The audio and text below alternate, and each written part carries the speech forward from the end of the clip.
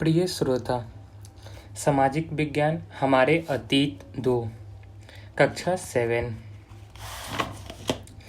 अध्याय 3 दिल्ली के सुल्तान।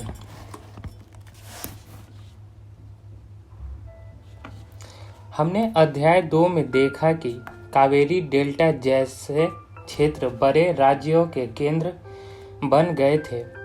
क्या आपने गौर किया कि अध्याय 2 में ऐसे किसी राज्य का जिक्र नहीं है जिसकी राजधानी दिल्ली रही हो? इसकी वजह यह है कि दिल्ली महत्वपूर्ण शहर 12वीं शताब्दी में ही बना।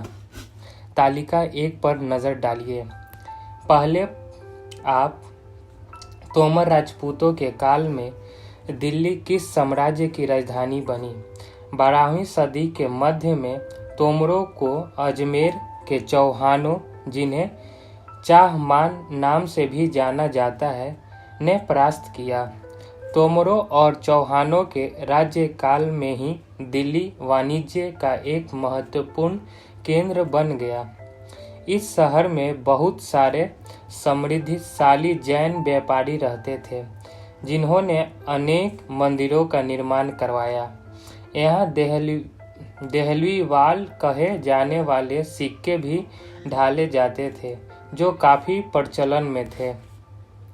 13वीं सदी के आरंभ में दिल्ली सल्तनत की स्थापना हुई और इसके साथ दिल्ली एक ऐसी राजधानी में बदल गई जिसका नियंत्रण इस उपमहाद्वीप के बहुत बड़े क्षेत्र पर फैला था।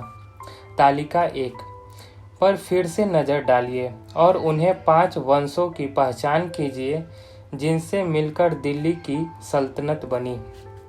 जिस इलाके को हम आज दिल्ली के नाम से जानते हैं, वहाँ इस सुल्तानों ने अनेक नगर बसाए। मानचित्र 1 को देखकर दिल्ली एक कुहना, सीरी और जहाँ पनाह को पहचानिए। दिल्ली के शासक राजपूत वंश तोमर। आरंभिक 12वीं शताब्दी 1165। अनंगपाल 1130 से 1145। चौहान 1165 से 1192। पृथ्वीराज चौहान 1175 से 1192। प्रारंभिक तुर्की शासक 1206 से 1290। कुतुबुद्दीन ऐबक 1206 से 1210। शमसुद्दीन इल्तुतमिश 1210 से 1236। रजिया 1236 से 1240। गयासुद्दीन बलबन 1266 से 1287। खलजी वंश 1290 से 1320। जलालुद्दीन खलजी 1290 से 1296। अलाउद्दीन खिलजी 1296 से 1316। तुगलक वंश 1320 से 1414। गयासुद्दीन तुगलक 1320 से 1324। मुहम्मद बिन तुगलक 1324 से 1351। फिरोज शाह तुगलक 1351 से 1388। सैयद वंश 1414 से 1451। खिज्र खान 1414 से 1421। लोधी वंश 1451 से 1526। बहलोल लोधी 1451 से 1489।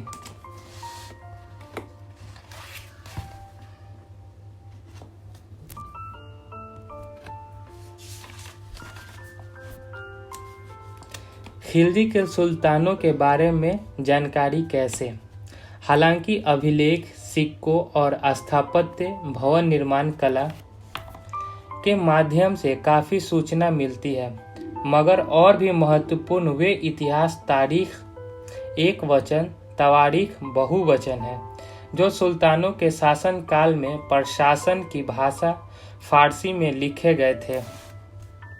तारीख के लेखक सचिव, प्रशासक, कवि और दरबारियों जैसे सुरक्षित व्यक्ति होते थे, जो घटनाओं का वर्णन भी करते थे और शासकों को प्रशासन संबंधित सलाह भी देते थे। वो न्याय संगत शासक के महत्व पर बल देते थे। न्याय चक्र 13वीं सदी के इतिहासकार खर्फ ए मुदब्बिर ने लिखा था, राजा का काम सैनिकों के बिना नहीं चल सकता। सैनिक वेतन के बिना नहीं जी सकते। वेतन आता है किसानों से, एकत्रित किए गए राजस्व से, मगर किसान भी राजस्व तभी चुका पाएंगे जब वे खुशहाल और प्रसन्न हों। ऐसा तभी हो सकता है जब राजा न्याय और ईमानदार प्रशासन को बढ़ावा दे। ये कुछ और बातें ध्यान में रखें। एक, तारीख के लेखक नगरों में, विशेषकर दिल्ली में रहते थे। गांव में शायद ही कभी रहते हों। 2, वे अक्सर अपने इतिहास सुल्तानों के लिए उनसे ढेर सारे इनाम इकराम पाने की आशा में लिखा करते थे। तीसरा, ये लेखक अक्सर शासकों को जन्म सिद्धि अधिकार और लिंग भेद पर आधारित आदर्श समाज व्यवस्था बनाए रखने की सलाह देते थे।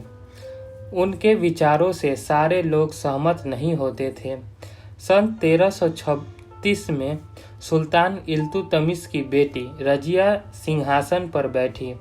उस युग में इतिहासकार मिन्हाज ए सिराज ने स्वीकार किया है कि वे अपने सभी भाइयों से अधिक योग्य और सक्षम थी, लेकिन फिर भी वह एक रानी को शासक के रूप में मान्यता नहीं दे पा रहा था। दरबारी जन भी उसके स्वतंत्र रूप से शासन करने की कोशिशों से प्रसन्न नहीं थे। सन 1240 में उन्हें सिंहासन से हटा दिया गया। रजिया के बारे में मिन्हाज ए सिराज के विचार। मिन्हाज ए सिराज का सोचना था कि ईश्वर ने जो आदर्श समाज व्यवस्था बनाई है उसके अनुसार स्त्रियों को पुरुषों के अधीन होना चाहिए और रानी का शासन इस व्यवस्था के विरुद्ध जाता था। इसलिए वह पूछता है, खुदा की रचना के खाते में उसका ब्यौरे चूंकि मर्दों की सूची में नहीं आता, इसलिए इतनी शानदार खूबियों से भी उसे आखिर हासिल क्या हुआ।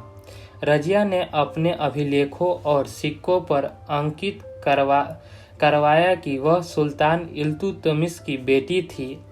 आधुनिक आंध्र प्रदेश के वारंगल क्षेत्र में किसी समय काकतीय वंश का राज्य था। उस वंश की रानी रुद्रमा देवी 1262 से 1289 के व्यवहार से रजिया का व्यवहार बिल्कुल विपरीत था।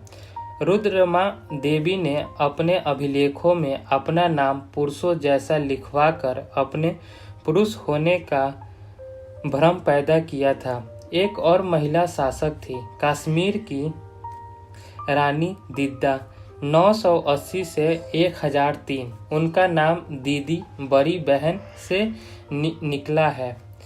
जाहिर है प्रजा ने अपनी प्रिय रानी को यह संबोधन किया होगा।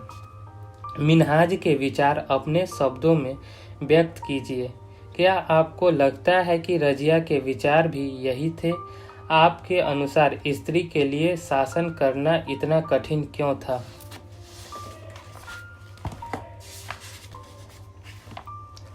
दिल्ली सल्तनत का विस्तार, गैरिसन शहर से साम्राज्य तक। 13वीं शताब्दी के आरंभिक वर्षों में दिल्ली के सुल्तानों का शासन गैरिसनों, रक्षक सैनिकों की टुकड़ियों के निवास के लिए बने मजबूत किलेबंद शहरों से परे शायद ही कभी फैला हो। शहरों से संबंध, लेकिन उनके दूर भीतरी प्रदेशों पर उनका नियंत्रण न होने के बराबर था और इसलिए उन्हें आवश्यक सामग्री, रसद आदि के लिए व्यापार कर लूटमार पर भी निर्भर रहना पड़ता था। दिल्ली से सुदूर बंगाल और सिंध के गैरिसन शहरों का नियंत्रण बहुत ही कठिन था। बगावत, युद्ध, यहाँ तक कि खराब मौसम से भी उनसे संपर्क के नाजुक सूत्र छिन्न भिन्न हो जाते थे। शासन को अफगानिस्तान से आने वाले हमलावर और उनसे सूबेदारों से बराबर चुनौतियां मिलती रहती थीं, जो जरा सी कमजोरी का आभास मिलते ही विद्रोह का झंडा खड़ा कर देते थे। इन चुनौतियों के चलते सल्तनत बड़ी मुश्किल से किसी तरह अपने आप को बचाए हुए थी। इसका संस्थापन गयासुद्दीन बलबन के शासन काल में हुआ और इसका विस्तार अलाउद्दीन खिलजी और मुहम्मद तुगलक के राज्यकाल में हुआ। सल्तनत की भीतरी सीमाओं में जो अभियान चले, उनका लक्ष्य था गैरिसन शहरों की पृष्ठभूमि में स्थित भीतरी क्षेत्रों की स्थिति को मजबूत करना।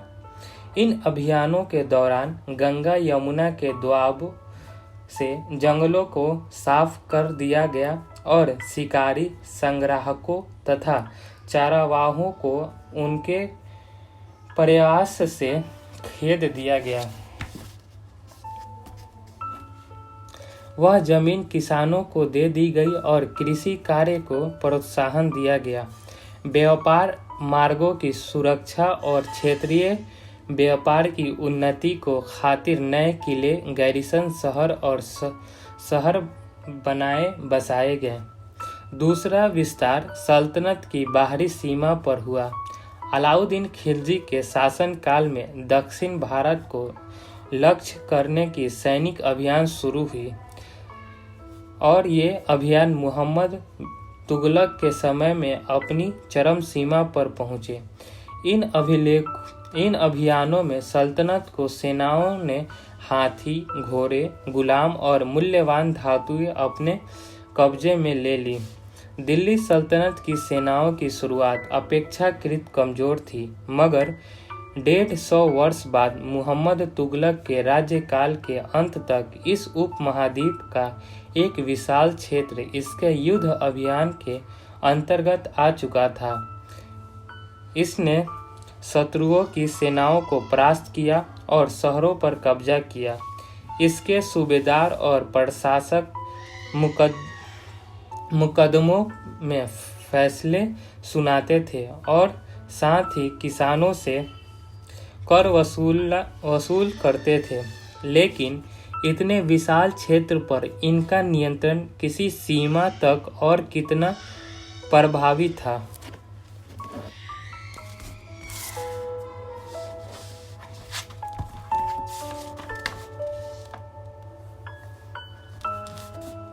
मस्जिद, यह अरबी का शब्द है जिसका शाब्दिक अर्थ है ऐसा स्थान जहां मुसलमान अल्लाह की आराधना में सजदा घुटनों और माथा टेक कर करते हैं।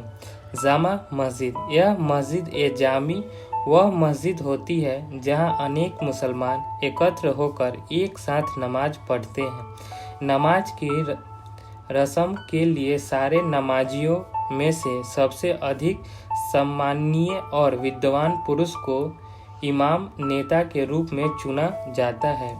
इमाम शुक्रवार की नमाज के दौरान धर्मोपदेश खुतबा भी देता है। नमाज के दौरान मुसलमान मक्का की तरफ मुंह करके खड़े होते हैं और भारत में मक्का पश्चिम की ओर पड़ता है। मक्का की ओर की दिशा को किबला कहा जाता है। दिल्ली के सुल्तानों ने सारे उपमहाद्वीप के अनेक शहरों में मस्जिदें बनवाई। इससे उनके मुसलमान और इस्लाम के रक्षक होने के दावे को बल मिलता था। समान आचार संहिता और आस्था का पालन करने वाले श्रद्धालुओं के परस्पर एक समुदाय से जुड़े होने का बोध उत्पन्न करने में ही मस्जिदों सहायता थी। यह समुदाय का अंग होने के बोध को प्रबल करना जरूरी था, क्योंकि मुसलमान अनेक भिन्न भिन्न प्रकार की पृष्ठभूमियों से आते थे। खलजी और तुगलक वंश के अंतर्गत प्रशासन और समेकन नज़दीक से एक नज़र। दिल्ली सल्तनत जैसे विशाल साम्राज्य के समेकन के लिए विश्वसनीय सूबेदारों तथा प्रशासकों की जरूरत थी। दिल्ली के आरंभिक सुल्तान, विशेषकर इल्तुतमिश, सामंतों और जमींदारों के स्थान पर अपने विशेष गुलामों को सूबेदार नियुक्त करना अधिक पसंद करते थे। इन गुलामों को फारसी में बंदगांव कहा जाता है तथा इन्हें सैनिक सेवा के लिए खरीदा जाता था। उन्हें राज्य के कुछ बहुत ही महत्वपूर्ण राजनीतिक पदों पर काम करने के लिए बड़े सावधानी से प्रशिक्षित किया जाता था। वे चूंकि पूरी तरह अपने मालिक पर निर्भर होते थे, इसलिए सुल्तान भी विश्वास करके उन पर निर्भर हो सकते थे।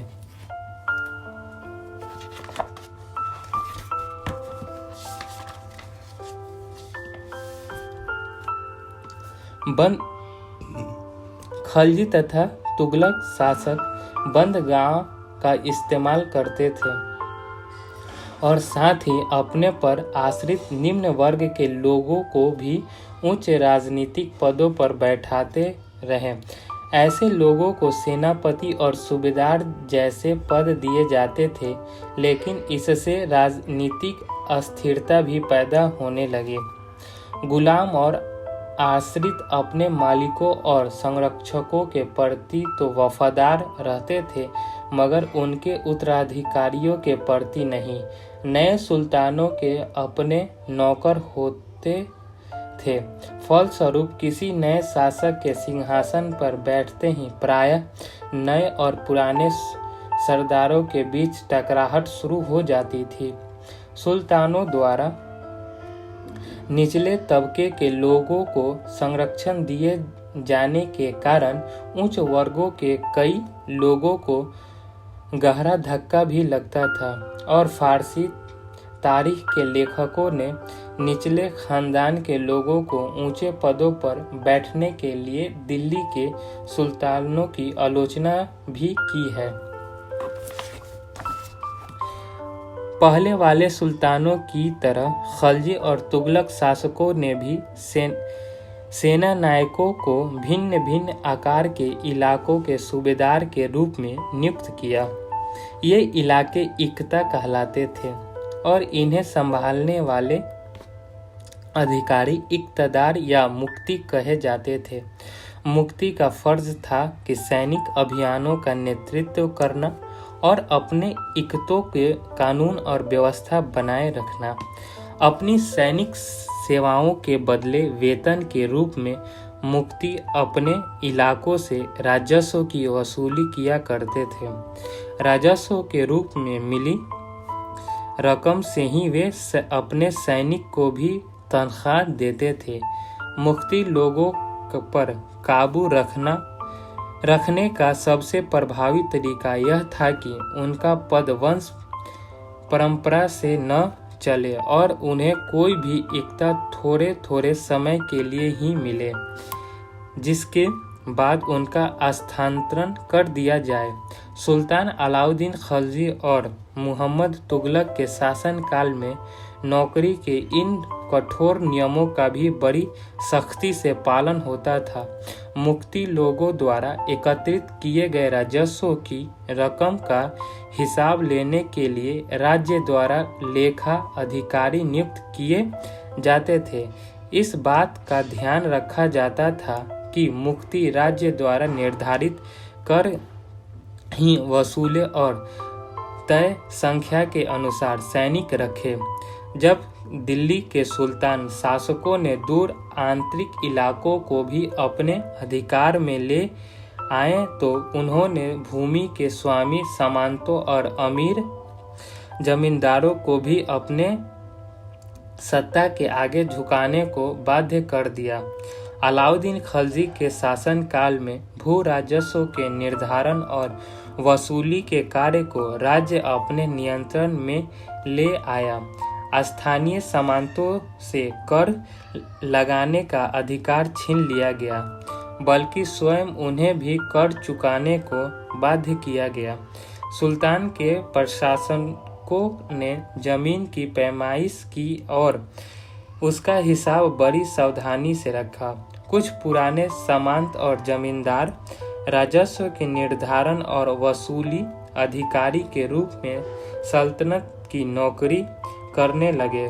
उस समय 3 तरह के कर थे। पहला कृषि पर, जिसे खराज कहा जाता था और जो किसान की उपज का लगभग 50% होता था। दूसरा मवेशी पर तथा तीसरा घरों पर।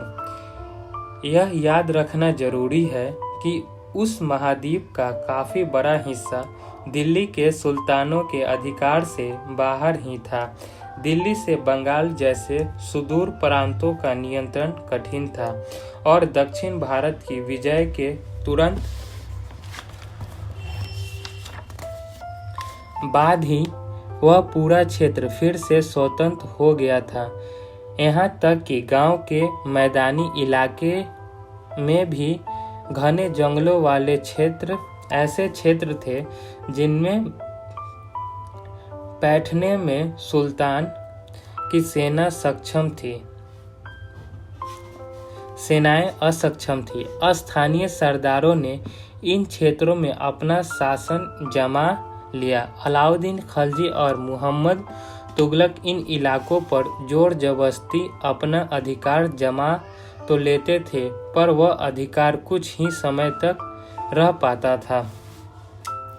सरदार और उनकी किलेबंदी।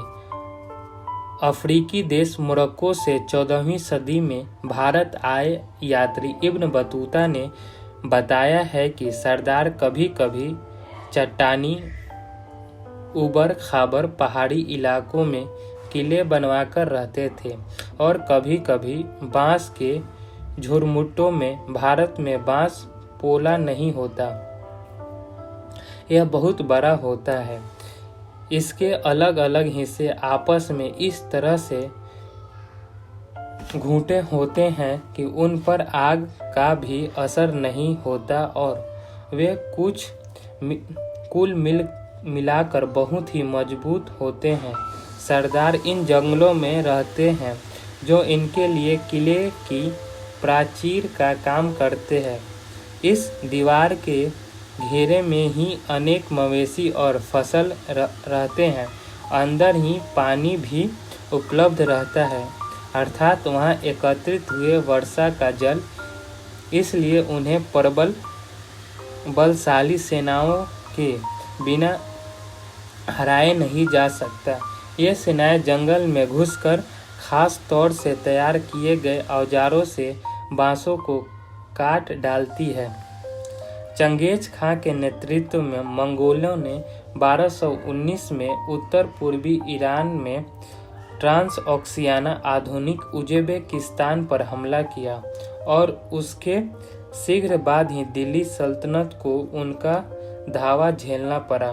अलाउद्दीन खिलजी और मुहम्मद तुगलक के शासन कालों के आरंभ में दिल्ली पर मंगोलों के धावे बढ़ गए। इससे मजबूत होकर दोनों ही सुल्तानों को एक विशाल स्थानीय सेना खड़ी करनी पड़ी। इतनी विशाल सेना को संभालना प्रशासन के लिए भारी चुनौती थी। आइए देखें कि दोनों सुल्तानों ने इन चुनौती का सामना कैसे किया।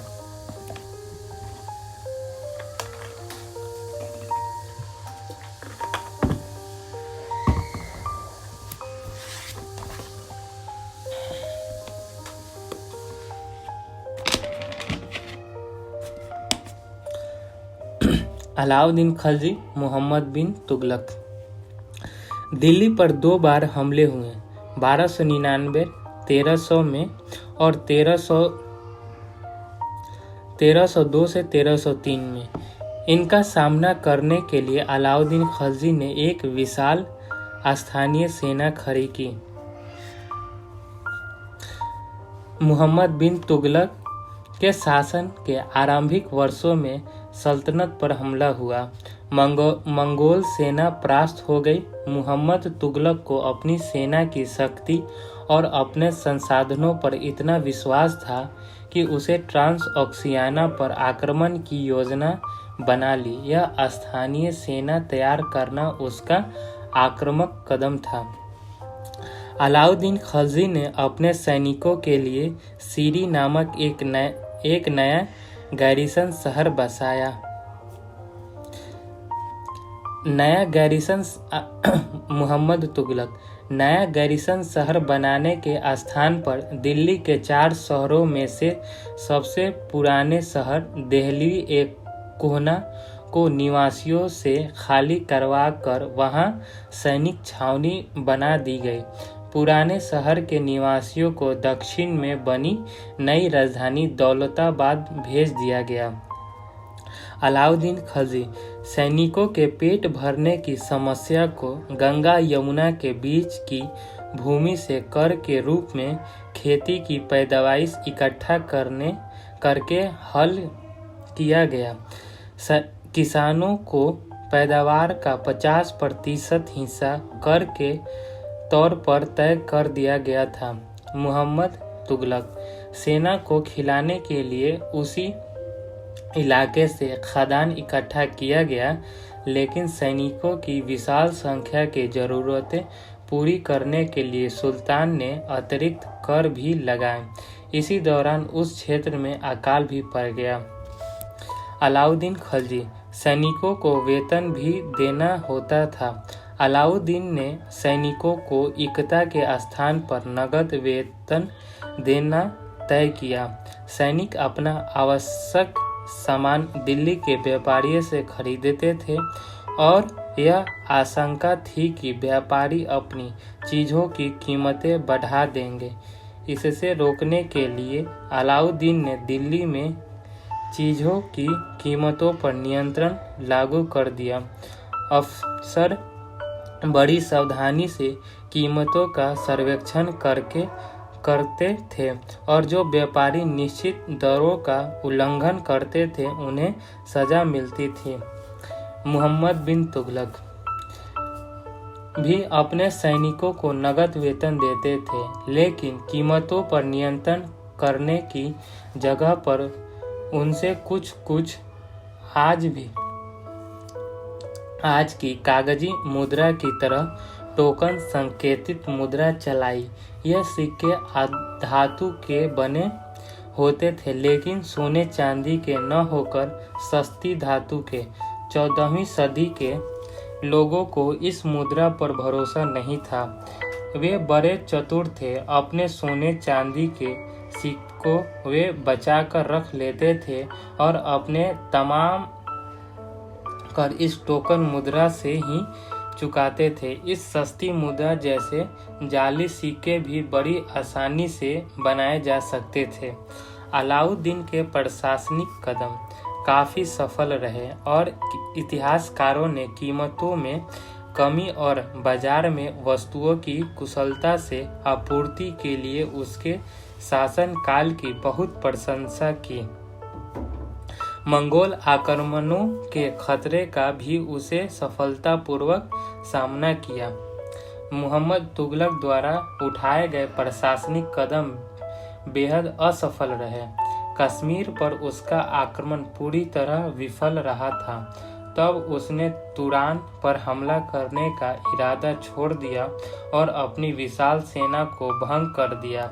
इस बीच उसने प्रशासन संबंधी जो कदम उठाए थे उसने कई परेशानियां पैदा हो गई। दौलताबाद ले जाए जाने से लोग बहुत नाराज थे। करों में वृद्धि और गंगा यमुना के दोआब के अकाल से विक्षुब्ध जनता बगावत कर उतर आई और मुहम्मद तुगलक को अंततः टोकन मुद्रा भी वापस लेनी पड़ी।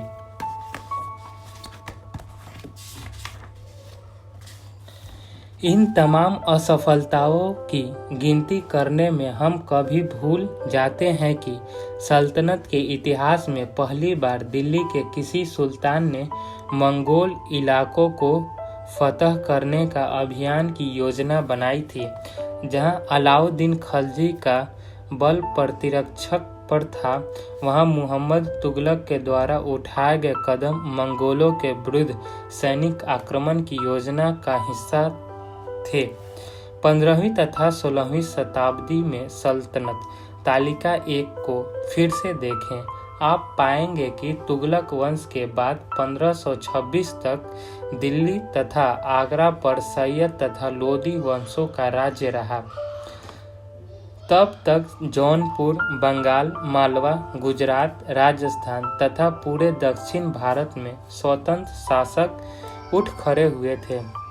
उनकी राजधानियां समृद्ध थी और राज्य फल फूल रहे थे। इसी काल में अफगान तथा राजपूतों जैसे नए शासक समूह भी उभरे। इस काल में स्थापित राज्यों में से कुछ छोटे तो थे पर शक्तिशाली थे और उनका शासन बहुत ही कुशल तथा सुव्यवस्थित तरीके से चल रहा था।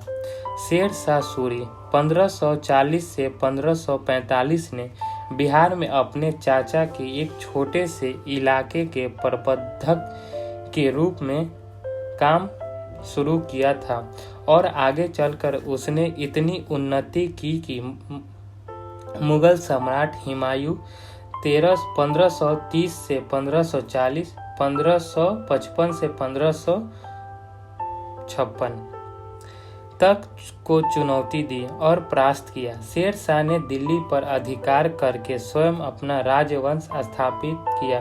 सूर्यवंश ने केवल 15 वर्ष 1540 से 1555 शासन किया, लेकिन इसके प्रशासन ने अलाउद्दीन खिलजी वाले कई तरीकों को अपनाकर उन्हें और भी चुस्त बना दिया। महान सम्राट अकबर 1565 से 1605 ने जब मुगल साम्राज्य को समेकित किया तो उसने अपने प्रतिमा के रूप में शेर शाह की प्रशासन व्यवस्था को ही अपनाया था। 3 श्रेणियां: ईश्वरीय, शांति, नाइट और धर्मयुद्ध। 3 श्रेणियों का विचार सबसे पहले 11वीं शताब्दी के आरंभ में फ्रांस के सूत्रबद्ध किया गया। इसके अनुसार साम्राज्य को 3 वर्गों में विभाजित किया गया: प्रार्थना करने वाले वर्ग, युद्ध करने वाले वर्ग और खेती करने वाले वर्ग।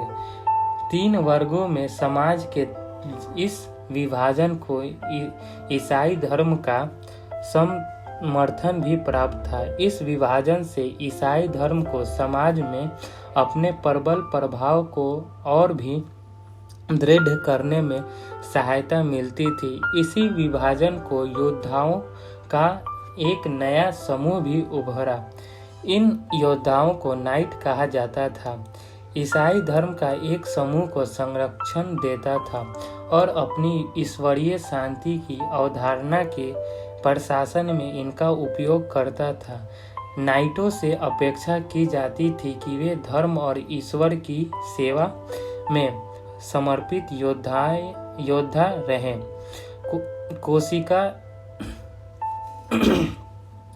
कोशिश यह रहती थी कि इन योद्धाओं को अपनी आपसी लड़ाई भिड़ाई से विमुख करके उन्हें मुसलमानों के विरुद्ध युद्ध करने भेज दिया जाए, जिन्होंने जेरूसलम शहर पर कब्जा कर रखा था। इस प्रयत्न के परिणाम स्वरूप सैनिक अभियान की एक श्रृंखला चली, जिसे क्रूसेड धर्म युद्ध कहा गया। ईश्वर तथा धर्म की सेवा में किए गए इन अभियानों ने नाइट की हैसियत पूरी तरह बदल डाली। पहले इन नाइटों की गिनती कुलीनों में नहीं होती थी, मगर फ्रांस में 11वीं सदी के अंत तक और जर्मनी में उससे 1 सदी बाद इन योद्धाओं को दीनहीन अतीत को भुला दिया गया था।